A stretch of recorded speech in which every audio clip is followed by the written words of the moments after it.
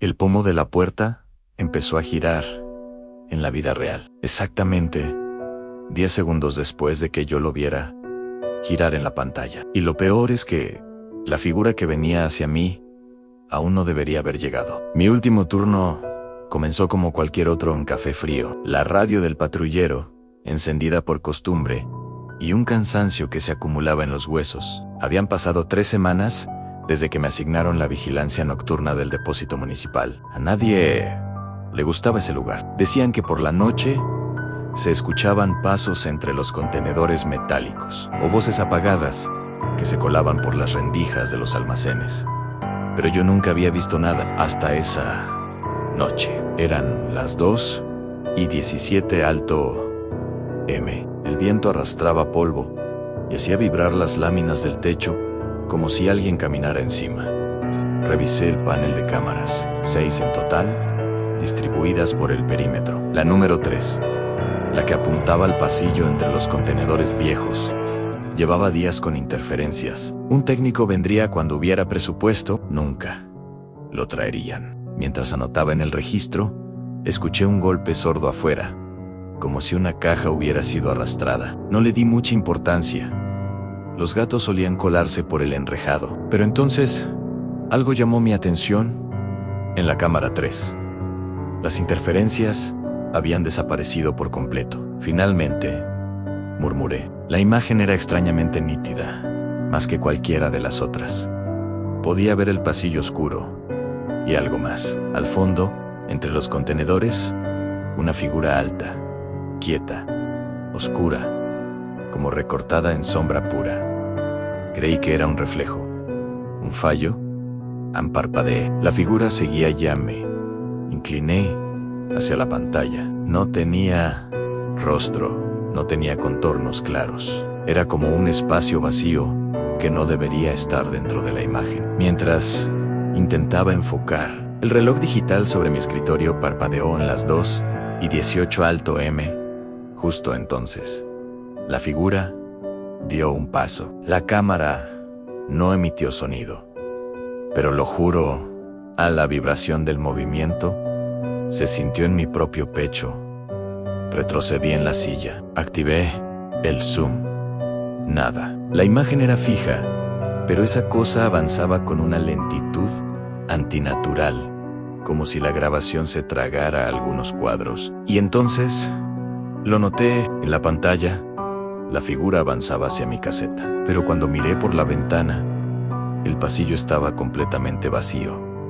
Revisé la hora de la transmisión y mi estómago se apretó. La cámara tenía un retraso de 10 segundos. Siempre lo tuvo, pero nunca me importó. Ese detalle, en ese momento, se volvió terror puro. Si esa figura estaba avanzando hacia mí, en la imagen, en la vida real, ya debía estar mucho más cerca. Un escalofrío me recorrió. Me levanté para cerrar con llave la puerta, pero antes de tocarla, escuché algo afuera. Pasos lentos, arrastrados, justo detrás de la caseta. El metal del contenedor cercano crujió, como si algo se apoyara allí. Tragué saliva, sintiendo el nudo duro pasar por mi garganta. Miré de nuevo la pantalla. La figura estaba a menos de 2 metros de la caseta en la transmisión. No puede ser, susurré. Y entonces, en la pantalla, vi algo que hizo que mis manos temblaran. En el pomo de la puerta de mi caseta. Girón, solté un jadeo. Y casi al mismo tiempo, a mis espaldas, el pomo real comenzó a girar también, lento, como si alguien lo moviera con deliberada curiosidad. Giró una vez, se detuvo. Giró otra vez, un poco más fuerte. Me paralicé. No podía respirar. No podía moverme. El pomo dejó de girar, y un silencio espeso llenó la caseta. Solo escuchaba mi respiración agitada y el zumbido bajo del monitor. Miré la pantalla otra vez. La figura había desaparecido de la imagen. No había forma en el mundo de que se hubiera ido. No tan rápido, no tan silencioso. Andió igual. Algo dentro de mí sabía que ya no estaba afuera, estaba adentro. Sin atreverme a girarme, sentí un peso leve en el aire, como si el espacio detrás de mí se comprimiera. Un frío extremo, más frío que el viento del exterior, se deslizó por mi nuca, como dedos helados que no deberían existir. Mi garganta emitió un gemido involuntario. No escuché pasos. No hubo movimiento visible. Era como si la temperatura misma se hubiera convertido en un intruso. La pantalla, de pronto, volvió a la normalidad, an interferencias, an parpadeos. Nada más. La cámara 3 se había apagado sola. Mis rodillas cedieron. Caí sentado, incapaz de sostener mi propio peso. No recuerdo abrir la puerta. No recuerdo correr al patrullero. Solo sé que, cuando reaccioné, ya estaba conduciendo lejos del depósito, sin mirar por los espejos. No quería ver si algo venía detrás. Renuncié esa misma mañana. No presenté explicación. Nadie me preguntó demasiado. Al parecer, no fui el primero en largarse después de un turno de noche. Pero hay algo que nunca le dije a nadie. Cuando estaba a medio camino de mi casa, revisé mi teléfono. La aplicación de seguridad, la que sincroniza en tiempo real con las cámaras, tenía una sola notificación, marcada a las 2:19 alto. La abrí. Era un clip de 3 segundos grabado automáticamente por la cámara 3, justo antes de apagarse. No mostraba el pasillo, no mostraba la figura, mostraba mi caseta, desde adentro. Y en el borde del cuadro, apenas entrando en la imagen, se veía una sombra inclinándose sobre mí. El intruso que vivía en mi ático. Historia final. No escuché pasos en mi casa jamás, pero todas las noches, en los videos, él bajaba del ventilador como si ya supiera que yo estaba dormido. Siempre pensé que vivir solo en un departamento pequeño era una ventaja. Pocas cosas que limpiar, poco ruido, cero sorpresas. Era un espacio de una sola planta, casi rectangular, con la cocina abierta al lado de la sala y un pequeño pasillo que llevaba a mi dormitorio. Nada del otro mundo. Si algo se movía, yo lo escuchaba. O al menos, eso creía. Todo empezó con un simple detalle. En los cubiertos, a veces encontraba un cuchillo fuera de lugar. Otras, la tabla de picar, movida unos centímetros. Pensé que era yo, distraído o cansado, después del trabajo. Hasta que una mañana encontré un cuchillo de cocina tirado en el piso, en un ángulo tan extraño que dudé haber sido el responsable. Fue suficiente para inquietarme, así que instalé una pequeña cámara oculta en la cocina, justo encima de la nevera, de esas que parecen un cargador de pared. No buscaba grabar nada extraordinario, solo quería descartar la posibilidad de que hubiese roedores, o peor, que alguien se hubiera metido sin que yo lo supiera. La primera noche no mostró nada, en la segunda tampoco, pero en la tercera, mientras revisaba el metraje medio bostezando, la piel de mis brazos se erizó de golpe. A las 2:43, alto M, la rejilla del conducto de ventilación empezó a moverse. No con violencia, sino como si algo desde dentro la empujara con suavidad. La tapa se aflojó y una mano pálida, huesuda, apareció entre las sombras. Retrocedí instintivamente,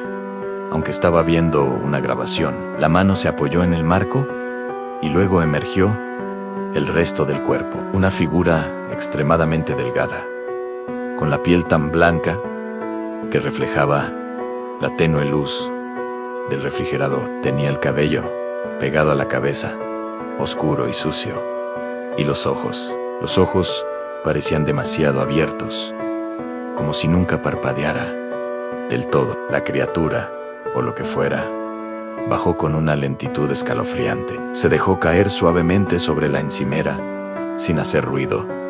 Senchin Aushaus. Nunca escuché nada de eso, a solo unos metros de donde dormía. Pero lo que vino después fue peor. La figura no buscó comida, no revisó cajones, no caminó por la casa. Non se quedó de pie frente al estante donde guardo los cuchillos.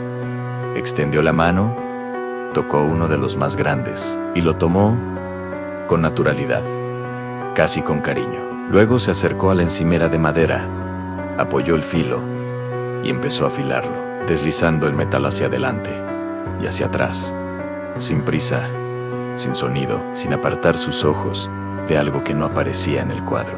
Al principio pensé que miraba hacia la ventana, pero luego revisé la disposición de mi casa. La cámara captaba la mitad de la cocina. Lo que él miraba con tanta fijeza estaba en dirección al pasillo, en dirección a mi habitación. Sentí el corazón golpearme el pecho. Me quedé paralizado, mirando ese clip una y otra vez. Cuando la figura terminó, se subió de nuevo al conducto, levantó la rejilla y desapareció dentro de la oscuridad, como si nunca hubiera estado allí. El video duraba exactamente 3 minutos. Dormí con las luces encendidas esa noche. Y la siguiente. No se lo conté a nadie, ni siquiera a mis amigos. ¿Qué iba a decir? Que un hombre pálido vivía en mi ventilación y salía solo para afilar cuchillos mirándome mientras dormía. Sonaba ridículo, pero la cámara no mentía. Me armé de valor y revisé el ático por la mañana. Era un espacio minúsculo, accesible por una trampilla en el pasillo. Polvo, telarañas, cajas viejas, nada más. Ninguna señal de que alguien viviera allí. Ni colchones, ni ropa, ni restos, nada. Como si la figura fuese temporal, como si solo hubiera bajado para ser registrada por mi cámara. Pero el metraje seguía llegando. Noche tras noche, la figura bajaba. Siempre a la misma hora. Siempre con los mismos movimientos. Siempre con el mismo cuchillo. Y siempre mirando hacia mi puerta cerrada. No hacía más. No avanzaba. No cruzaba hacia el pasillo. Simplemente afilaba el filo con una dedicación inquietante, casi ritual, y luego desaparecía. El miedo me carcomía, pero algo aún más horrible me golpeó un día mientras revisaba las grabaciones antiguas para buscar pistas. Empecé a notar un patrón. Cada noche, la figura bajaba un poco más rápido. Cada noche, su cuerpo parecía ligeramente más erguido, y lo peor, su cabeza parecía inclinarse más hacia la cámara, como si comenzara a notar que yo lo observaba. Una madrugada, mientras veía el clip en tiempo real, sucedió algo que me heló la sangre. La figura bajó, tomó el cuchillo, lo afiló, pero esta vez, al terminar, no regresó al conducto en serio. Quedó quieta, mirando directamente a la cámara, sin parpadear ni sin moverse, durante casi 30 segundos. Y entonces, con un movimiento suave, casi elegante, levantó el cuchillo y lo señaló directamente hacia la cámara, hacia mí. La transmisión se cortó. La cámara murió. Me quedé en silencio absoluto, incapaz de respirar, temblando como un niño. No sabía si debía huir, llamar a la policía, encerrarme en el auto o simplemente quedarme inmóvil. Cuando finalmente me atreví a levantarme para salir del departamento, escuché un sonido desde la cocina en un Rose leve, un metal deslizándose, como un cuchillo siendo afilado, pero esta vez no provenía del video, provenía del conducto, justo encima de mí.